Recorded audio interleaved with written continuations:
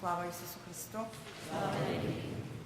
I'd like to thank Group C. They were wonderful participants this afternoon in our discussions. And for the sake of not repeating much of what has already been said this afternoon, we'd like to make a few points.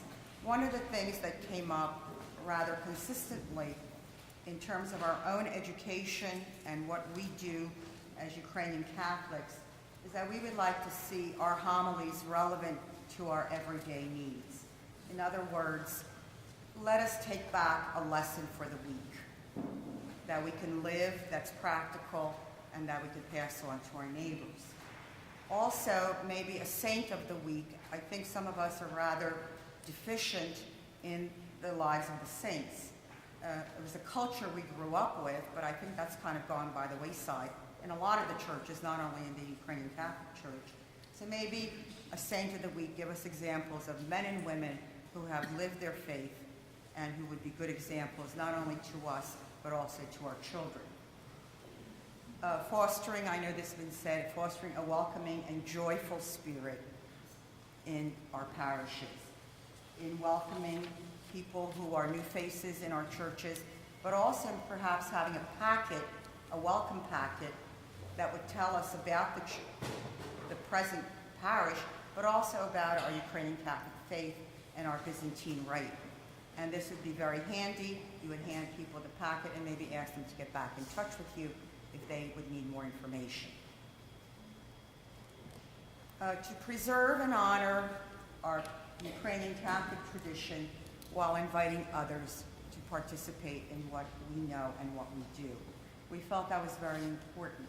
And sometimes that's real hard to strike a balance with that. But we do want to preserve our Ukrainian Catholic tradition, yet we want to go with the times. If it means more English services in the parish, so be it. We are not sacrificing who we are. We are not giving that up, but at least we are accommodating the needs, especially of our young people. In terms of some practical suggestions on what we could do to bring others back to our churches, we felt prayer was the most important thing. That in our petitions and liturgy, we need maybe to insert all those who are not here with us today and those we would like to come back. It is the Eucharist that unites us. It is the Eucharist that makes us a family. And I think even those who are not there need to be part of that Eucharistic celebration, even if it is only in thought and prayer. There should be communications. I think signs were mentioned, but also in terms of technology, we don't always live that far from neighboring parishes. If an archdiocesan website could be made available that tells us what's going on in your parish, in my parish, in unity there is strength. And I think to get together, even on a social basis, is a good thing. We do ask for full-time parish priests in every parish. To organize ecumenical events, not only in conjunction with our own parishes, but with other faiths and with other denominations, at least once a year. Make liturgy more accessible. By that we mean, from our discussions, I understand not every parish has a Saturday night liturgy. We talked about the busyness of our lives. People say, I can't get to church Sunday morning because I'm too busy. Well, maybe they can get there Saturday night or even Sunday evening.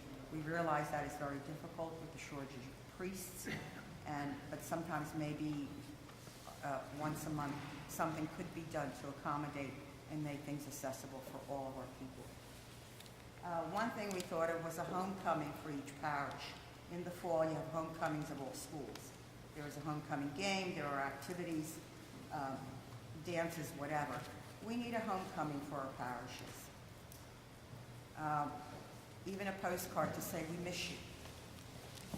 And reaching out, that personal touch, and that you are still part of our family, our parish family, even though you may not be here or maybe you've been absent for a long time.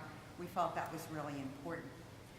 One of the last issues that we talked about was the idea that today's proceedings, what it is we have to decide and what parishes and the Archdiocese, and of course His Grace of Metropolitan Stefan, we would like to see what the parishes are doing. In other words, we don't want to report, but if some parishes have implemented some of the things that we have talked about today, we'd like to know that, and if it works, we'd like to try it. So I thank you for your attention. It's good to be here.